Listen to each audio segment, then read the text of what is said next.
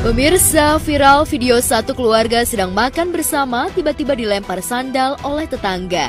Detik-detik saat tetangga di samping rumah tiba-tiba diduga melempar sandal hendak menyantap liwetan pun viral usai terekam kamera milik salah satu anggota keluarga itu. Dalam video yang beredar, terlihat situasi ramai diduga sebuah keluarga besar yang sedang asyik menyantap makan siang disajikan di halaman rumah. Tampak keluarga tersebut terdiri dari orang tua dan anak-anak, baik tua maupun muda. Jika diperhatikan, sempat terdengar suara teriakan dari arah salah satu rumah tetangga di lokasi tersebut. Saya di mana, Didi? Mana? Mai sini mai panas.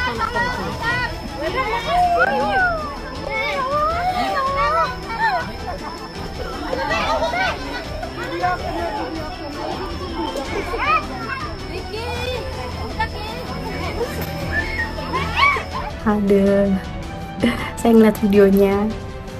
Menurut saya sih kedua belah pihak kurang menerapkan etika bertetangga yang baik ya, dan gak patut dicontoh.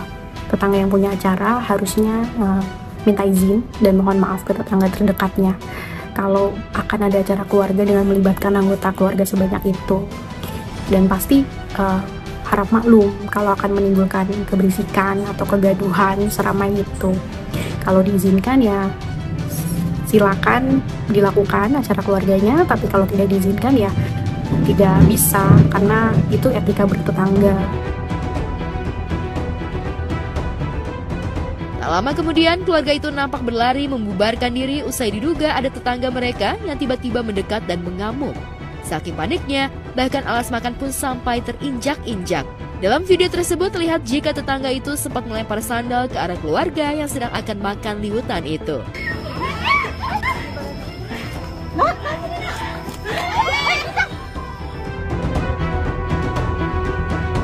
Gue gak habis pikir banget ya, lo hidup bertetangga tapi lo tuh gak bisa ada toleransinya gitu loh. Itu kan momen lagi lebaran, terus itu siang ya kan, ya gak apa-apa kecuali ya itu malam. Nah kalau malam ganggu tidur lo, nah lo lempar sendal sepasang tuh gak apa-apa. Belum diketahui lokasi dan alasan mengapa tetangganya itu sampai nekat melempar sandal ke keluarga yang tengah asyik berkumpul dan makan bersama. Diduga tetangga itu tidak suka dengan suara berisik yang ditimbulkan dari keluarga yang tengah ngumpul bersama itu. Tapi sebaiknya sih harusnya nyamperin dulu, tegur secara langsung, secara baik-baik kalau kondisi beliau sedang sakit misalnya, atau kondisi keluarganya sedang tidak kondusif di rumah, sehingga sangat tidak memaklumi adanya keributan atau keramaian saat itu.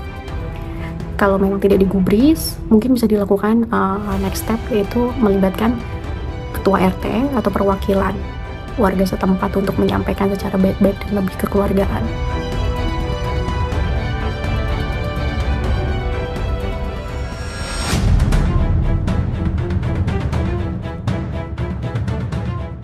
Beralih ke kasus hukum, sidang putusan kasus dugaan penipuan terhadap artis Jessica Iskandar dengan terdakwa Christopher Stefanus Budianto alias Steven digelar di Pengadilan Negeri Jakarta Selatan Senin kemarin.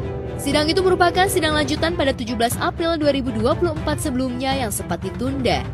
Dalam sidang tersebut tidak dihadiri Jessica Iskandar dan kuasa hukumnya.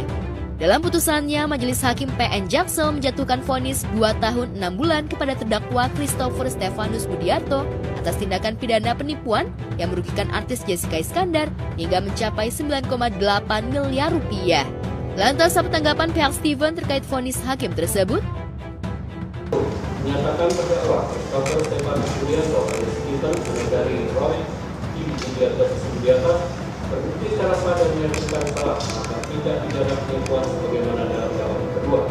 2. Menjatuhkan pidana kepada terdakwa lengkap itu dengan pidana penjara selama 2 tahun dan 6 bulan.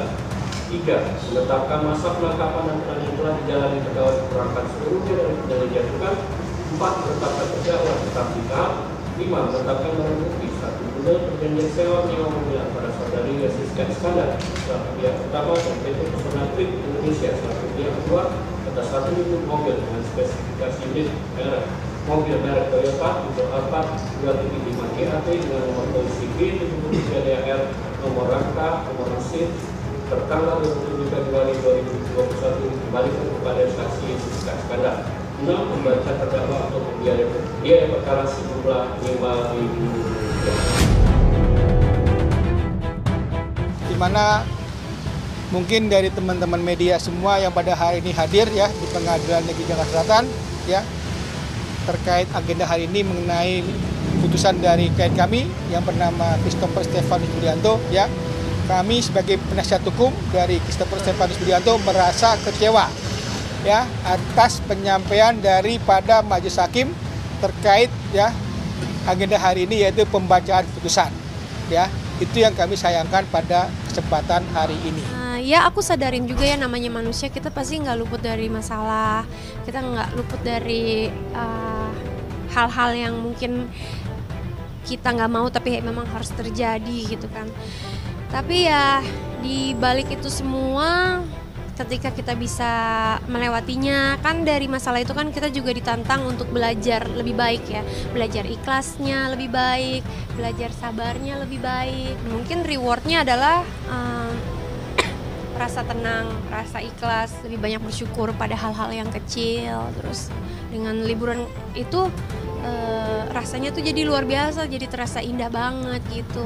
Dari hal yang udah kita lewatin, segala sesak di dada, air mata, penyesalan, merasa negatif gitu kan. Tapi dengan liburan. Kuasa hukum Steven mengaku kecewa dengan putusan hakim tersebut. Pasalnya, menurut Darius Situmorang, pengacara Steven, ada pasal baru lagi yang disangkakan kepada kliennya, yakni pasal 378 KUHP, yang membuat para kuasa hukum bingung dan menilai majelis hakim masih ragu-ragu dalam menyampaikan putusan sidang kemarin itu. Kembali lagi ya, kenapa kami kecewa ya. Kita flashback lagi ya terkait masalah ini kan berawal daripada adanya suatu perjanjian sewa menyewa ya antara ya klien kami yang bernama Christopher Stefanus Budianto ya dengan saudari Jessica Iskandar ya.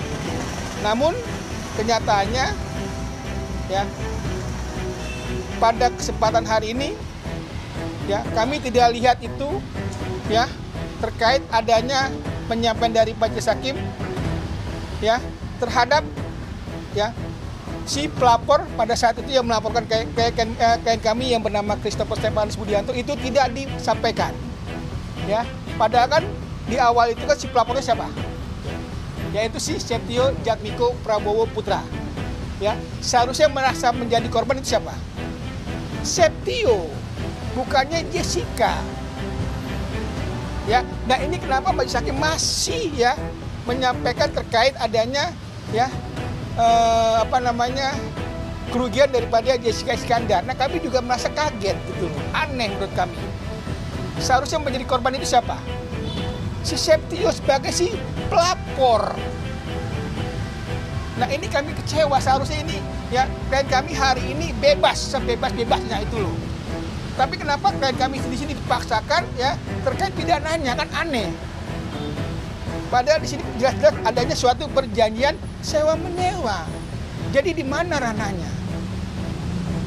Dan ingat loh, pada saat penyampaian dari majelis hakim ini kan kita juga kaget. Ya, mobil itu kan bukan dijual,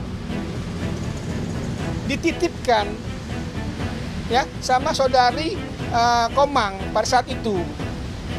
Dan ini juga sudah disampaikan di persidangan pada saat itu. Bukannya dijual, aneh, kenapa jadi dijual? Kan lucu. Nah, terkait juga terkait terhadap pasal yang disampaikan ini juga kita kaget lagi di sini. Kenapa jadi pasal 378? Bukan pasal 372 penggelapan. Kan aneh menurut kami. Yang seharusnya ya majelis hakim di sini cermat dalam mengambil putusan, ini enggak. Jadi kami merasa kecewa, hakim pada saat ini ya masih dalam mengambil putusannya ini masih ragu-ragu.